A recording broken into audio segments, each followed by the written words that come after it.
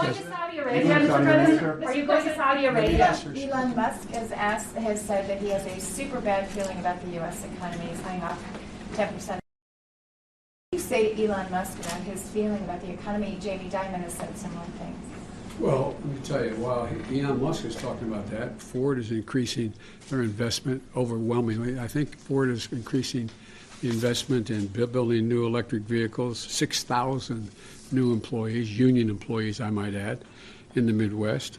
The former Chrysler Corporation, Stellantis, they are also making similar investments in electric vehicles.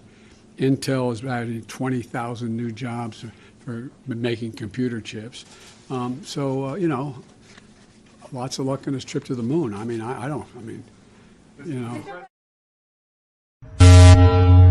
Broadcasting from the Big Peach of Atlanta, Georgia. A show unfiltered, unscripted, raw. The Patriot Angle Podcast.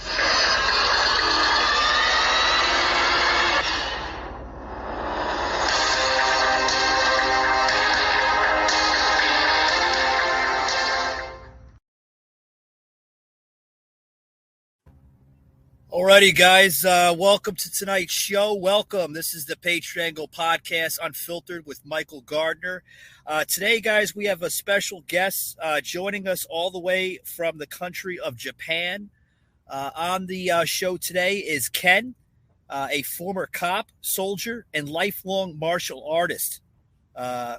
Also, he is now a political economist, if I can't pronounce that word today.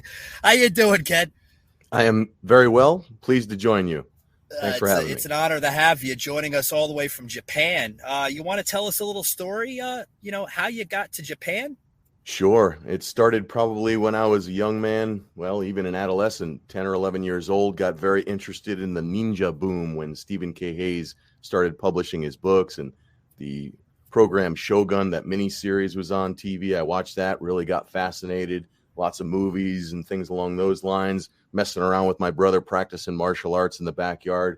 And I wound up joining the military and seeing the world a little bit, got into law enforcement when I was 24, started training in Aikido primarily, and it's been with me ever since. And I was also part-time with the military and started angling my career away from the combat arms, got into political military affairs, traveled the world, Africa, Europe, wound up in Japan finally, and then I retired here, and I love it. So that's how that's really the short course in how I wound up in Japan. I was able to get the military to pay for my move, and then just decided to stick around because I do indeed love it here. Yeah. That's an interesting story. And, I mean, you're pretty much, it's the next day for you, it's Saturday morning there. And I'm told you live in Tokyo, correct? Yes. Tokyo. Right. So what is it, about like 8:00 in the morning there? It's 9:05. Yeah. 9:05 on a Saturday morning, folks. I mean, he's literally joining us from around the world, so to speak. It's the future. Pretty much, right? We haven't even seen Saturday yet. It's still 8:00 p.m. Eastern here on the East Coast of United States here in Atlanta, Georgia. So that's pretty pretty fascinating. I haven't had anybody on the show literally joining the show, into the future, the next day, so to speak. So that's good stuff. Good stuff. And by the way, Ken, thank you for your service, by the way. Yeah, I appreciate that. And really, it's not so much about me. I came back with all my fingers and toes, thank goodness. But I've had some friends that did not make it back at all, and other people that came back completely maimed and permanently scarred and disfigured. So since it was Memorial Day just recently, and it's a bit of an emotional roller coaster every year, because. And I'm sure you hold that day very, very close to your heart, Memorial Day, as other service members do. Yeah, especially getting to see things from the ugly side, the political side, and the band of brothers and the valiant warriors that went forward and did what their country asked them to do. And when you start to look at it from a larger perspective, you see the geopolitical machinations taking place, that's when my blood starts to really boil. Right. And, you mentioned a really good topic, which I've discussed on this show many times, the geopolitical angle of it, the agenda. What do you see going on right now, especially in the United States? I don't know if you get the same amount of media coverage there in Japan like we do here in the States. Do you see it, a little bit different now that you're out of the service compared to what's being shown now? Well, I mean, I was very patriotic and was eager to join the military the day after I turned 17. So I was all in. And during the first Gulf War, 1991, I was chomping at the bit to get in there. And then when 9/11 happened, again, I was one of the first ones to volunteer to go over. And it took a little bit longer than I had anticipated. But I wound up doing 3 tours over there in Iraq and Afghanistan. And, I was all up in it. I wanted to be there. And then I started to see, well, things aren't really working as well as was promised. And, the systems and processes of the military bureaucracies were very bogged down and were very retarding to the war efforts. And I just said, something's not right. So one day while we were out on patrol, and I was working 6 days on, 1 day off, and doing route clearance patrol because I was an explosive ordnance disposal technician, bomb squad kind of guy. And flaming tanker had been hit by a roadside bomb that we were supposed to be protecting. It didn't happen on my watch, but this tanker was 7,000 liters of gasoline that the war effort was running up from Kuwait along this main supply route, Tampa. And it got hit by a roadside bomb, and it was burning just out of this small hole in the side of the tanker itself. So they didn't want to put it out because there's 7,000 liters of gasoline in there. So they just let it burn, and it burned for 5 days straight. So every day for the 6 days of my work week, I drove past it, watched it burn on the way down and then on the way back. And at the same time, if you'll recall, around 2007, the price of a barrel of oil shot up to $140. So Wow. I'm thinking, here we are, this 7-vehicle convoy. We're burning all this fuel to keep the supply routes open. And this vehicle gets burned from a roadside bomb, and the price of oil. There's got to be a connection there. There's got to be a connection with all the fuel that we're burning doing these patrols, with all the fuel that they're sending up from Kuwait to supply the war effort, and then the fuel that's getting destroyed in the attacks, and then the price of oil on the world stage. So that's what really drew me out of my little localized, let me at 'em kind of scrappy do mentality, and to start thinking about, okay, there's a connection here. What are those connections? And that's what led me to study economics. And eventually you start to realize there's a heck of a lot more going on in the world, and it is really driven by economics. So when you look at geopolitics, it's all about economics. It's all about control of resources. And I really, really want the Patriot community to really start looking at economics and studying the principles there. And then the real world starts to open up to you. Ken, I agree with you on that. I think, we've seen a huge political shift in the last possibly 10 or maybe 15 years now, with all these different types of presidential administrations coming in. Now we have Biden in control, and previous to that was Trump and then Obama. There's such a huge difference between these 3 presidential administrations. Of course, I mean, and it goes all the way back to Bush even, and a lot of this, some people like to blame it on Bush, but I look at as, they're all the same pretty much, Ken. A politician is a politician. They can promise so many different things, for us Americans, and then, of course, the world too as well. But when it comes down to it, a lot of them, they don't deliver. You know what I mean? They don't deliver the results. And we've seen that firsthand. And our country is still the greatest country in the face of, on the world, right? I mean, so many different types of opportunities to be to fulfill here in the States. But, we're seeing this, especially the military. We've had a depleted military under Obama. Trump rebuilt it. And it seems like we're going back to the old Obama days under this administration. Do you care to, comment on that or? Absolutely, because there's a continuity when you look at the foreign policy. It really hasn't changed all that much post 9/11. All the presidents thereafter, all the administrations seem to carry on the same basic contours of foreign policy. Even Obama came in and said that he was going to change the standing of the United States in the world, but he actually opened up new fronts in the war of terror. He continued on with all the same. He didn't end anything. He didn't close Guantanamo. He didn't do really much of anything that was very different from his predecessor. And for all of the great rhetoric that Trump came in with, not much changed in terms of what was going on internationally. He said things about ending NATO, but he kept it going.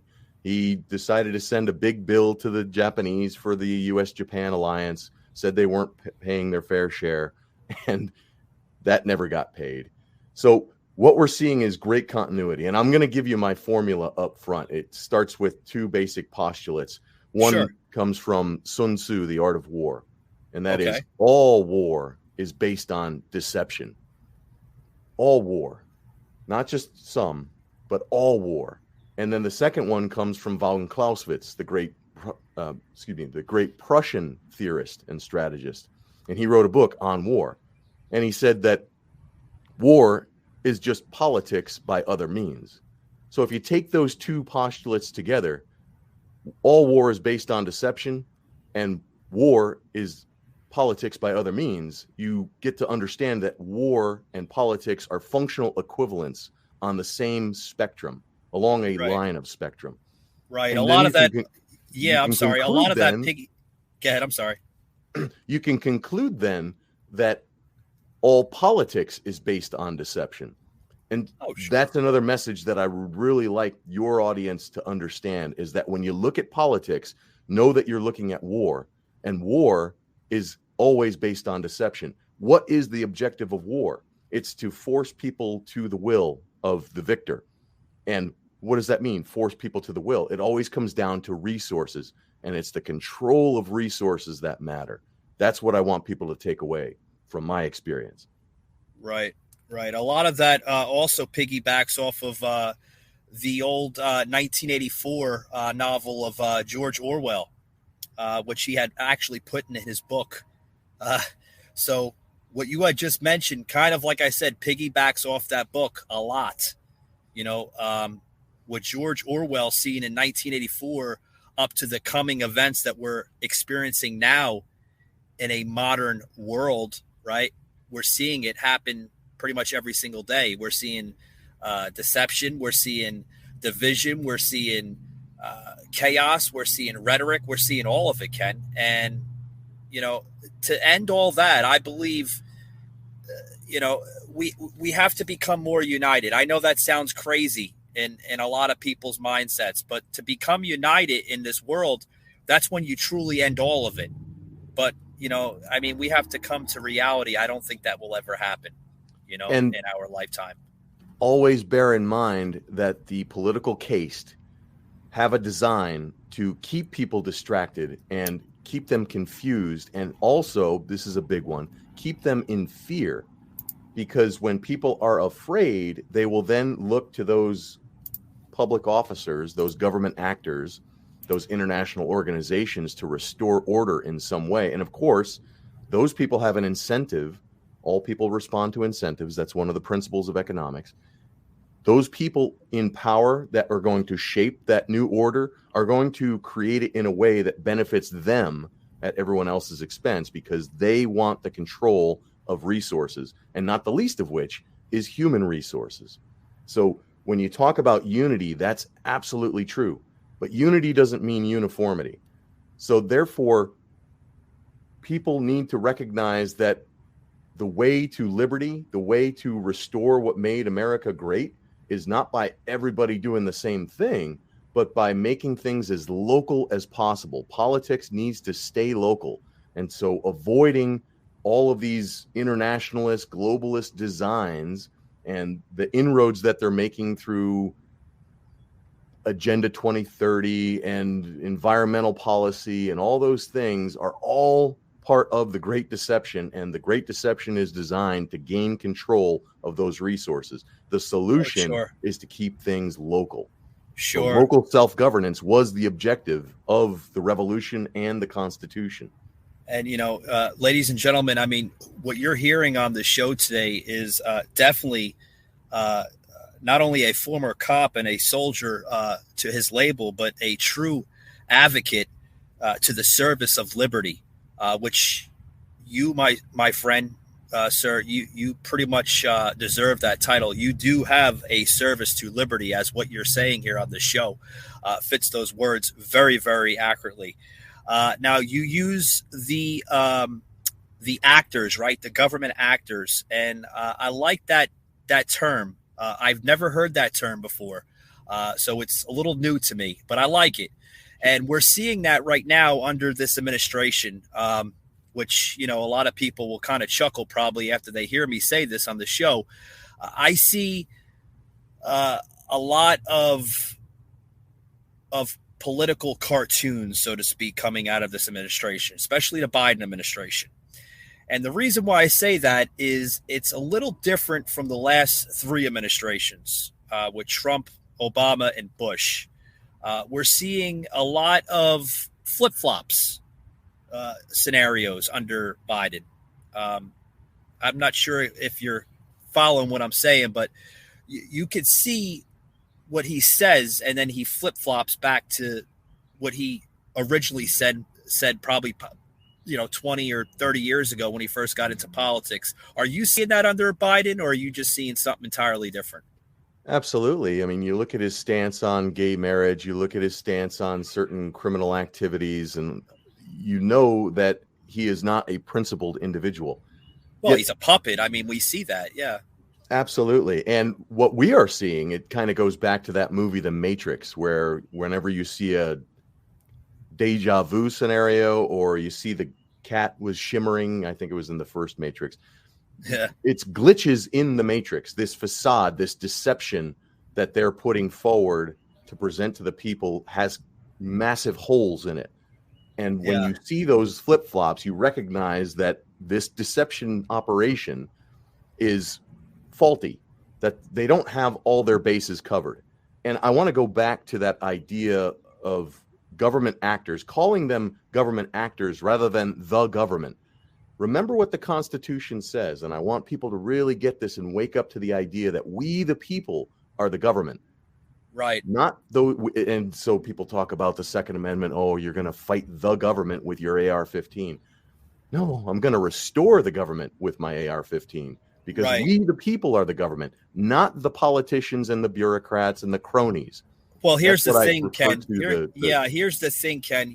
Like you mentioned, the original formula, the original agenda for the Constitution, right? The Bill of Rights, what our four founding fathers had set down in place. Now, folks, these were four men that literally signed their death warrants.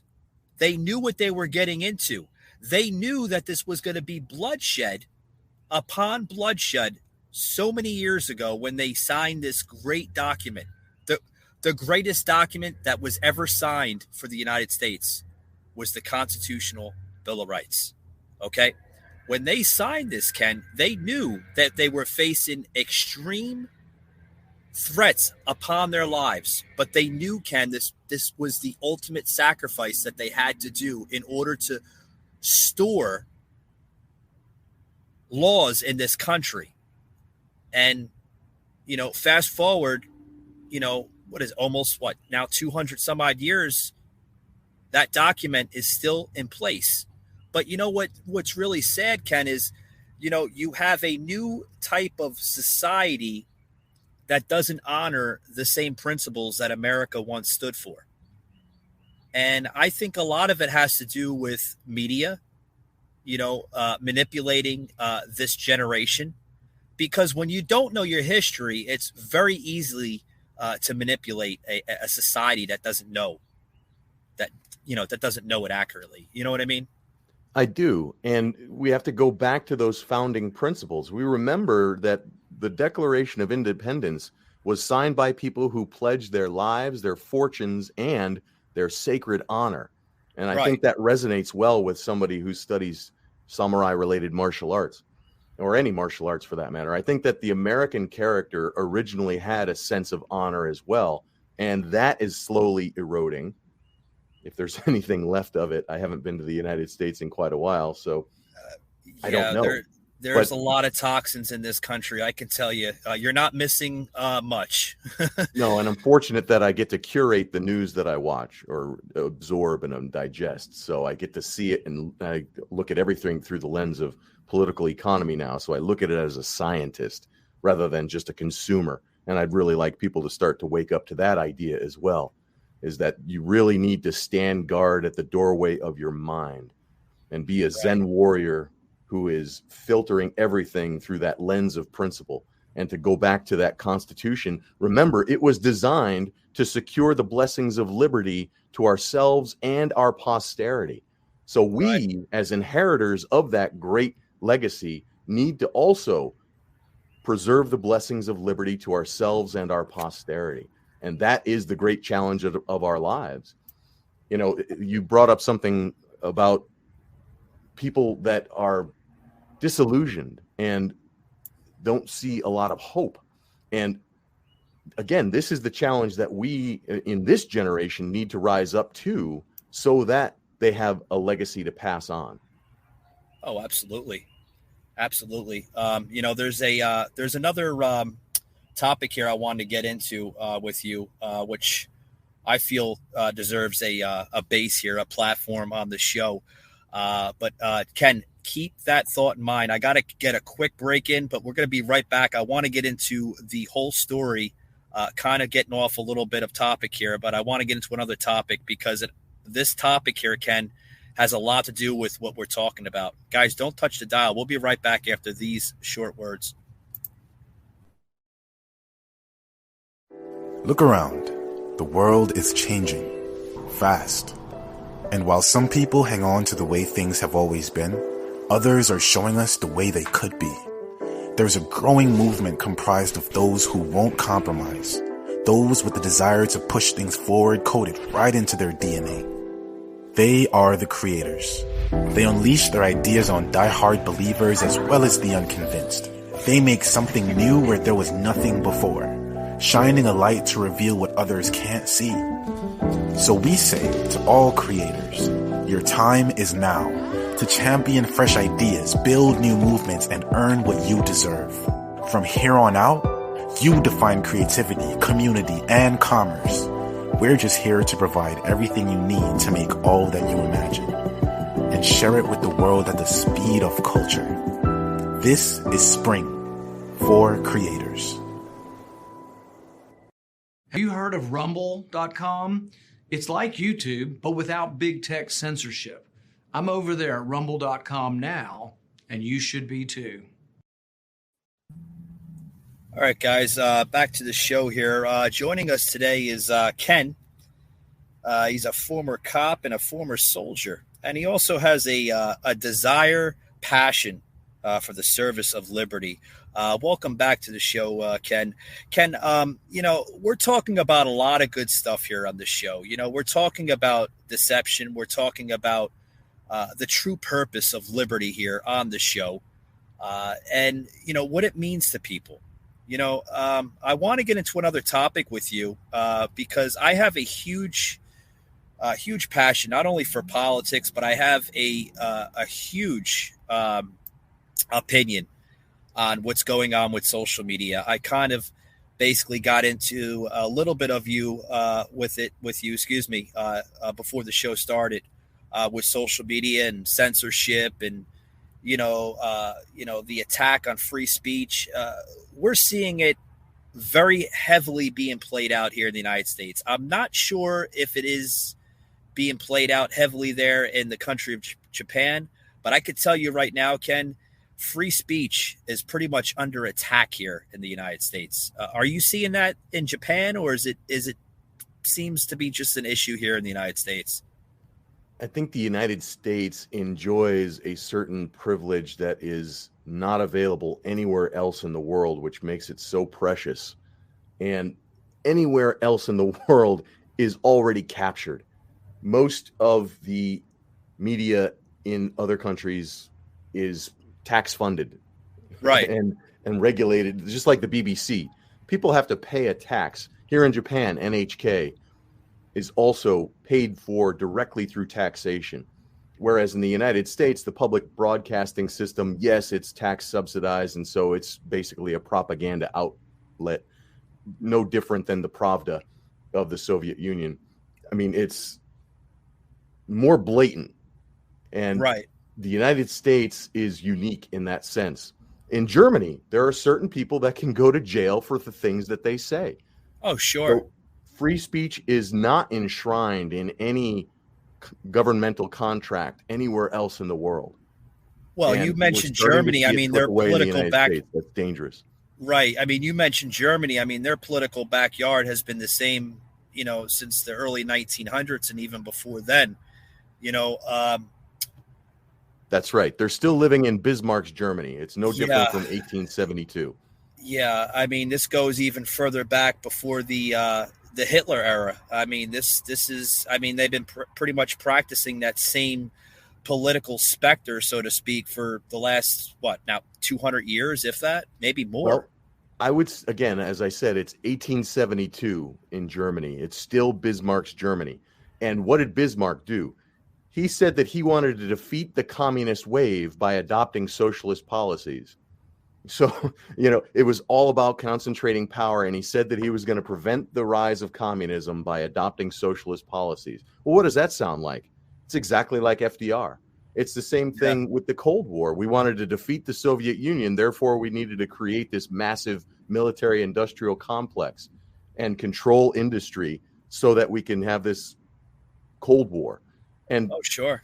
This is what I mean by you see a continuity in policies that has been taking place all over the world, a little bit slower, but still has the same basic contours in the United States. So what we're seeing is creeping socialism infecting the United States as well. And of course, in order to enact socialist policies, you need to have a massive, massive propaganda campaign to get the people to accept it. So you have to have both the carrot and stick.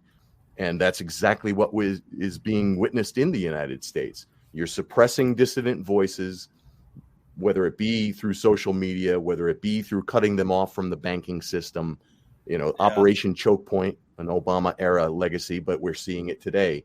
And you saw that with the Canadian truckers, where people that wanted to support that protest movement saw their funds seized. So control of the resources. Always think about this is what the real war is about, control of resources. Oh, yeah. And controlling the means. It always comes down to private property, because the freedom of speech is meaningless if you don't have an outlet like what we're on right now. And that's why the freedom of the press was enshrined in the Bill of Rights. It's so important to be able to speak, but you also need the means, the physical means of getting your word out.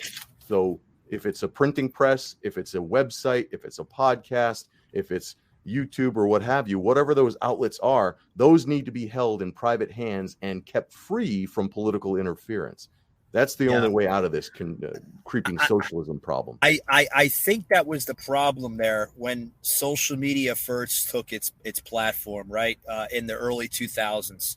I was basically in college then.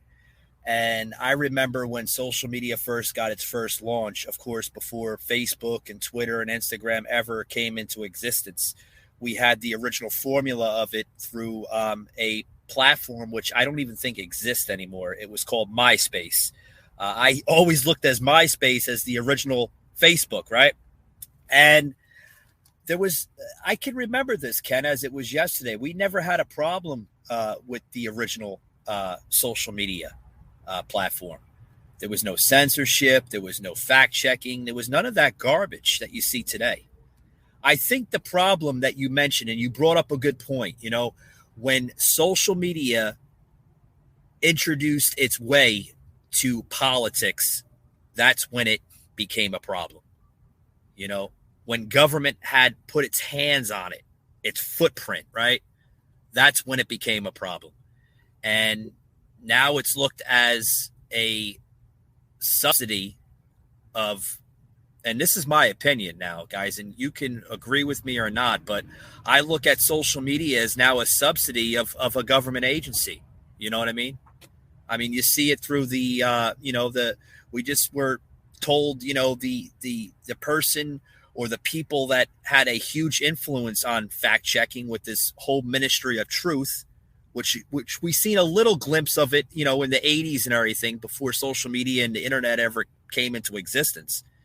Do you see some type of government, agency under social media, or do you think it's an entirely different entity? See, this is where I'm going to put my criminal investigator hat back on and tell people to follow the money.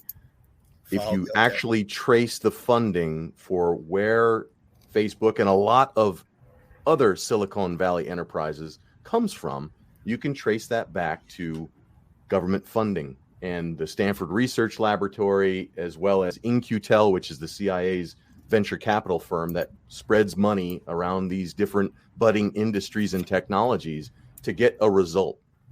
And Facebook derives a lot of their funding and maybe even some technological support through those types of outlets. So you're seeing that there was a government hand from inception in a lot of these social media giants.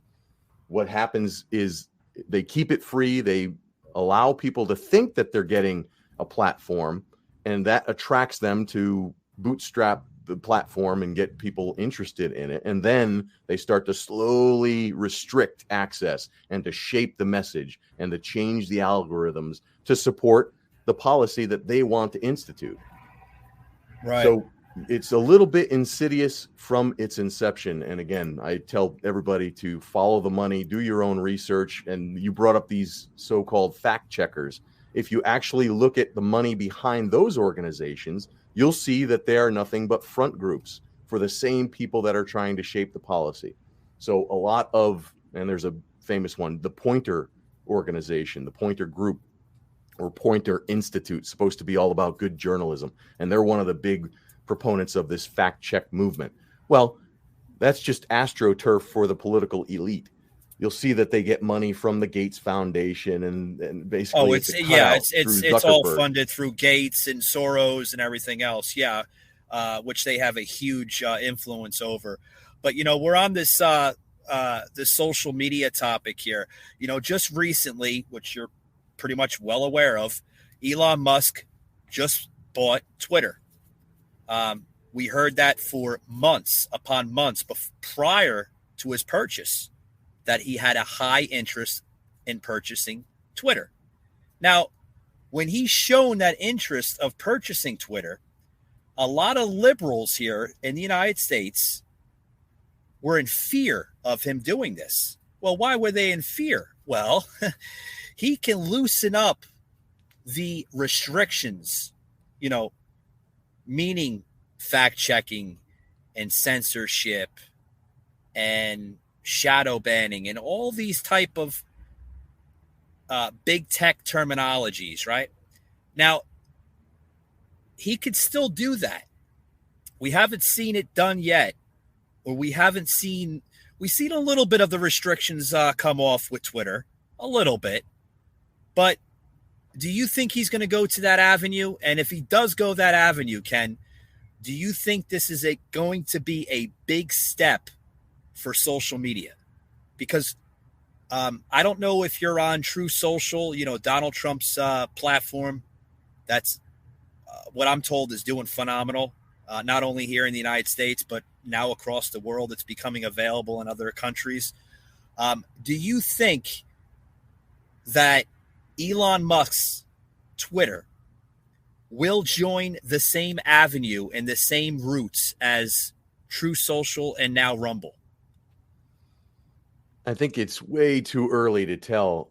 just like the deal itself, I understand that the deal hasn't gone through and there's a couple of hiccups as far as what's going on with the due diligence that precedes the actual sale. The fact that he made an offer and the board accepted it, well, now they need to actually open up the books. And that even is enough to trigger the left. And again, that goes back to what we talked about earlier. They need to control the narrative because massive propaganda is a prerequisite to instituting these socialist policies.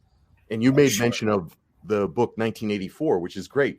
I think there's a scene in there where he has to be convinced, or he has to admit that 2 and 2 does not equal 4.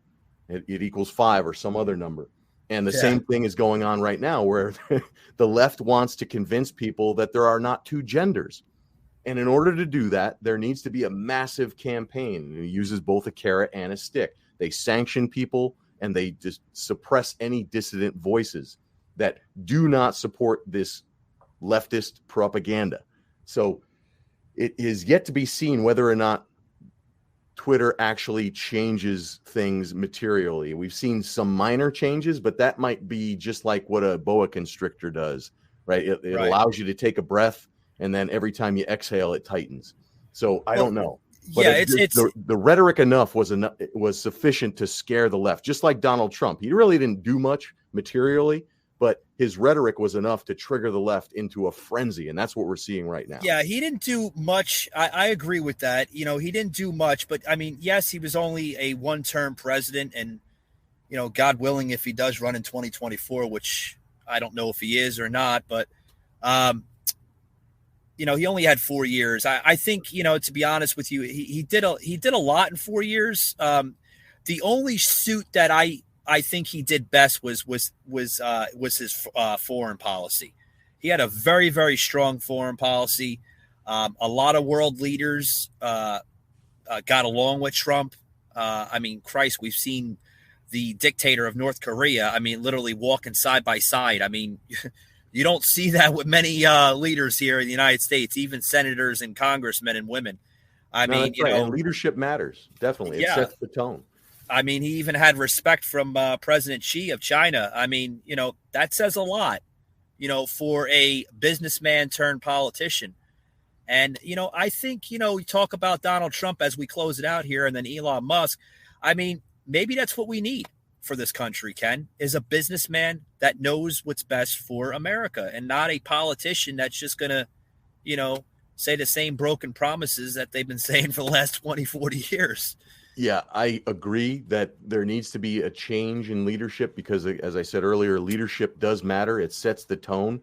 The unfortunate thing about all of that is the bureaucracy is overwhelming. You look what happened with Ukraine when Trump even hinted at not giving Ukraine weaponry.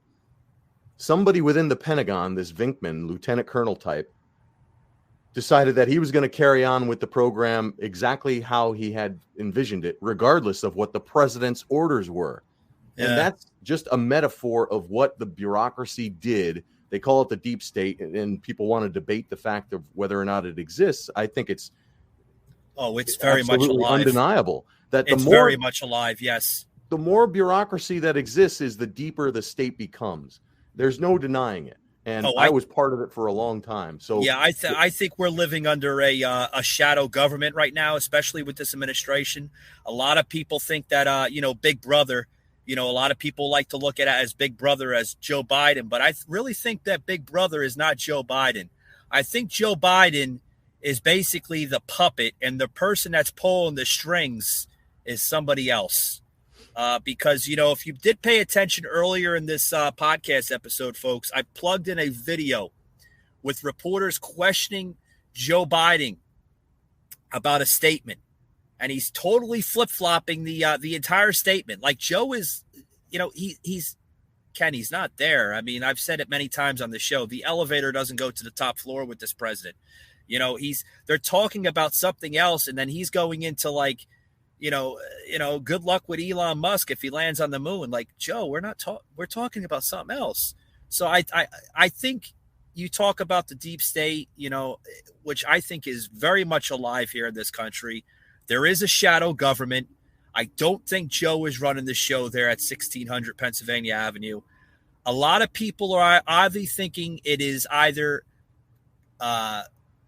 Obama, maybe possibly having a third term under a disguise of some type of old constitutional amendment that may have never been passed, or it has been passed and we just don't know about it, or possibly Nancy Pelosi. There's been a lot of rumors of that. So I don't know. I think all those people are simply figureheads, and that the real policies are set in rooms far different from the places where they stand.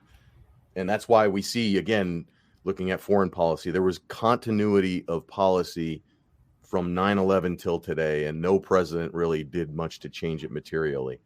No. And I think that this Biden administration, like you said, is certainly not running the show. It's certainly not Joe Biden himself. He can't think. No. He's just carrying on talking points. But that's how all government offices work. I mean, Sure. When I was in combatant commands, you have 4-star generals that get hit with some news thing, and he turns to his staff and says, "What are we doing about this?"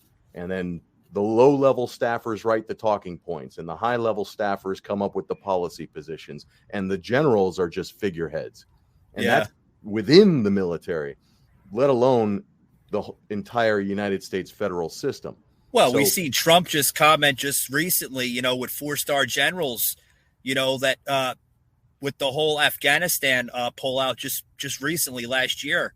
I mean, he said you have 4-star generals now that are more like wusses. I mean, you have these generals that don't even know what the hell they're doing, like advisors under Biden. Like, who the hell pulls out their military command units first, but leaves all the weapons last? I mean, that's 100% right. I used to work with an old grizzly cop who was a Korean War veteran, and he said that he went over there as a Marine and said, "This is no way to win a war," and wound up leaving the Marines after his tour, and then he wound up becoming a cop, etc. I said the same thing to myself in Iraq, and then even more so in Afghanistan. I was like, there's no way that winning this war can be the focus or the objective of the policies that we're seeing play out, because it's just absurd. And the bureaucracy is just incompetent.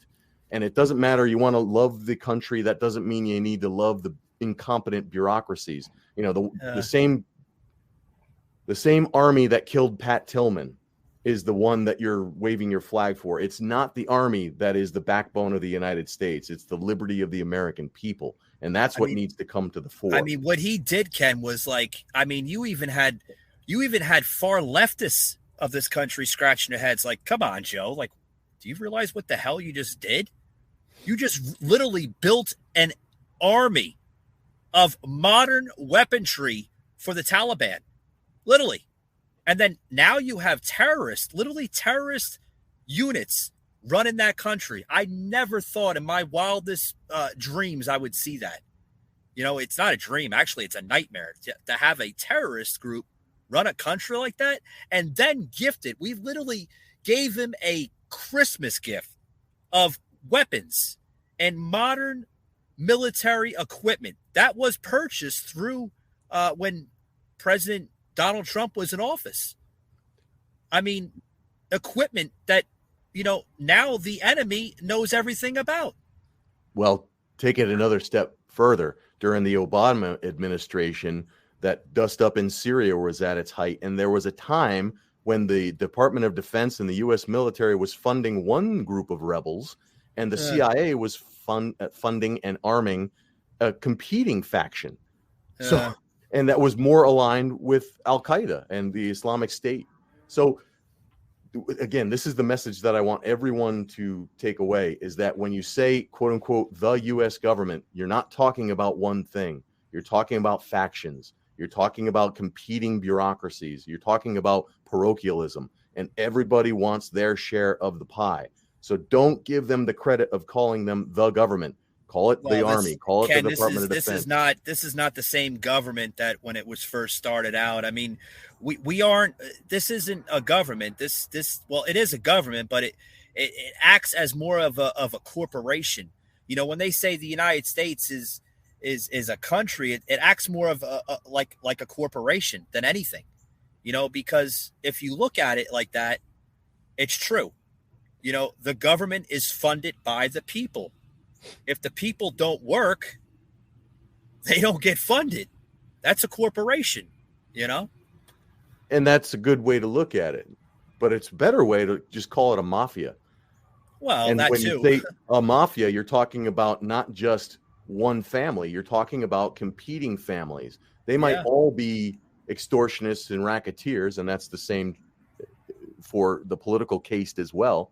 I'm talking about the politicians, the bureaucrats, and the cronies. Anybody who derives their living through taxation is part of this machine. It's a looting machine. It's best to call it a kleptocracy.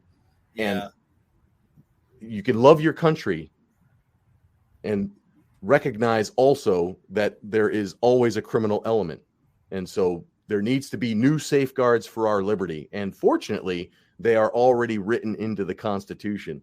The only problem is there's a massive, massive waking up that needs to happen because the propaganda is thick. And again, all war is based on deception.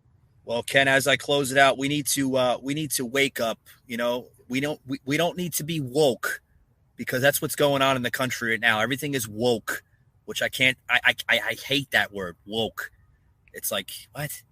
No. Yeah, and you got the generals in the military that are more focused on advancing all these woke agenda items, LGBTQ issues and women, peace, and security. All of that has nothing to do with... I just labeled this on my show last States. night. I did a piece on how the Marine Corps now is honoring the Pride Month here in America, which I call the Alphabet Month, right? Because it's the LGBTQ plus, right? Sorry if I'm offending anybody. Well, actually, I'm not. If you're offended, oh well. I don't live by the new principles, Ken.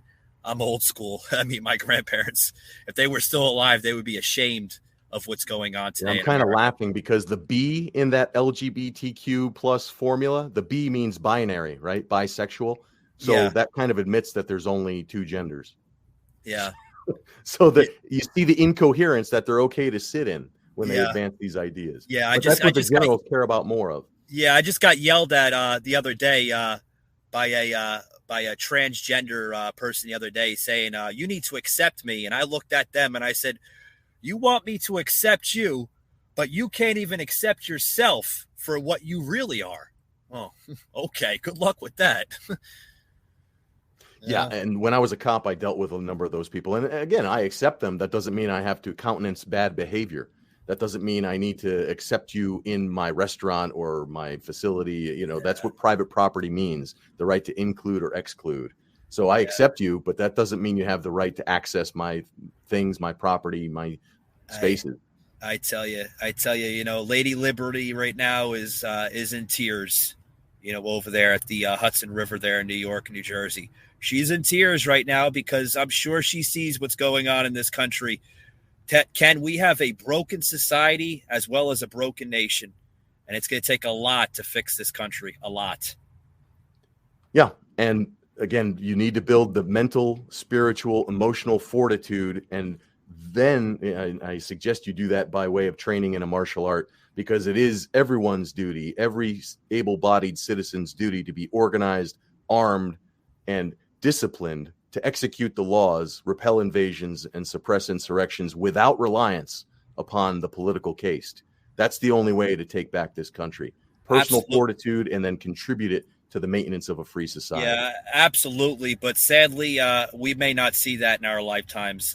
It's going to happen, but like I said, sadly, I don't think it's going to happen in our lifetimes. It's going to take a lot more suffering, unfortunately, to wake people up. But unfortunately, you can see that Ken, in your own life as well. Yeah, absolutely. Ken, I want to thank you for coming on the show. I want to thank you for giving your insights, your story.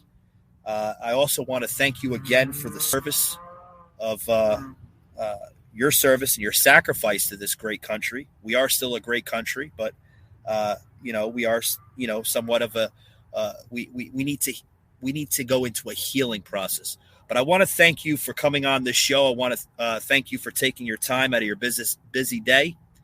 And please always continue the great fight, sir. Thank you. And you too. I appreciate your efforts with this podcast and helping to wake people up. Thank you very much, sir. Patriot Unfiltered. You just heard an episode of the Patriot Angle Podcast, an unfiltered Patriot Productions. Please follow us on Facebook at the Patriot Angle Podcast and Instagram at Patriot_Angle_Unfiltered. Also, you can hear every episode on Amazon Music, Audible, Spotify, Google, and Apple Podcasts. You can also check out our website, PatriotAnglePodcast.com, and also our unfiltered merchandise, PatriotUnfiltered.com. Thanks for tuning in, and we will see you on the next one.